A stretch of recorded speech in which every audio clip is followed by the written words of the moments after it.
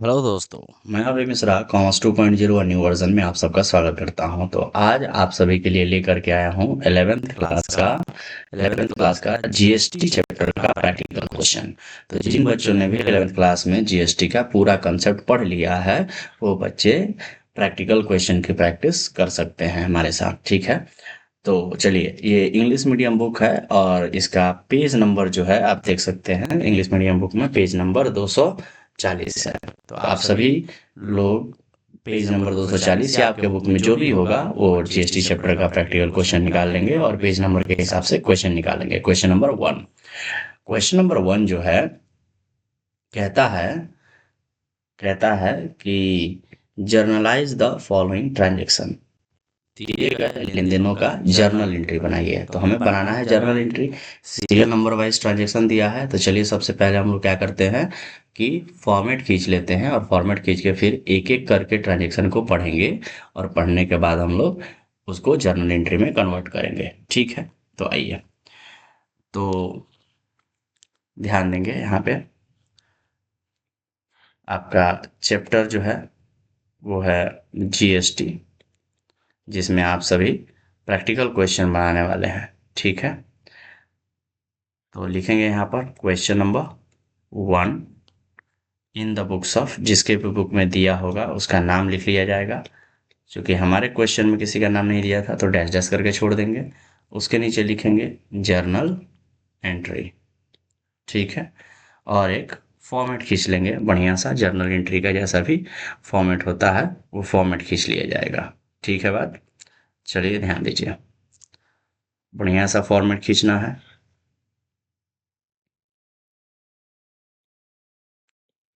बढ़िया सा फॉर्मेट खींचना है, ठीक है।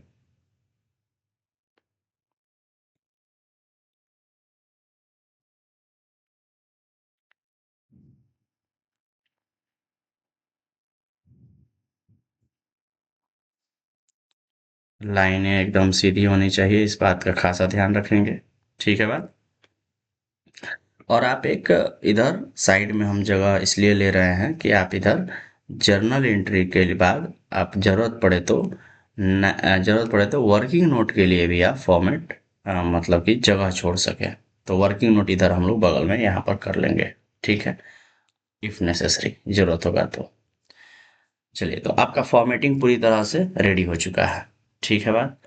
फॉर्मेटिंग रेडी हो चुका है, तो चलिए हम लोग शुरू करते हैं जर्नल एंट्री।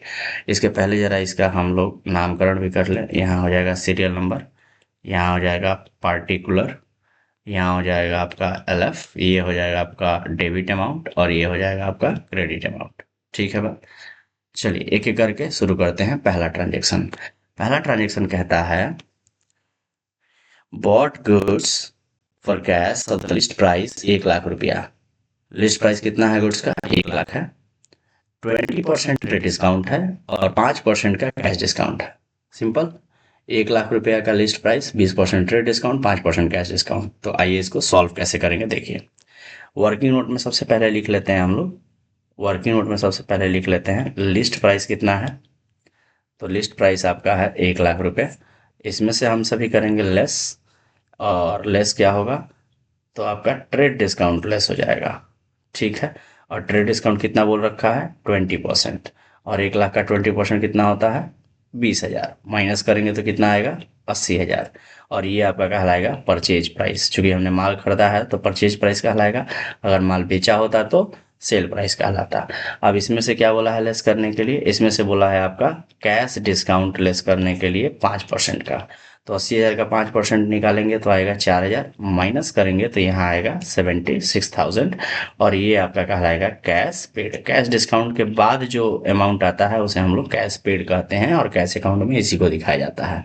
तो ये आपका बढ़िया सा वर्किंग नोट भी कंप्लीट हो गया। अब आसानी से आप क्या कर सकते हैं, जर्नल एंट्री में इसको दिखा सकते हैं।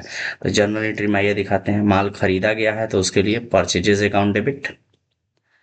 नगद में खरीदा गया है तो उसके लिए टू कैश अकाउंट। और उसमें हमें कैश डिस्काउंट भी मिला है तो उसके लिए टू डिस्काउंट अकाउंट।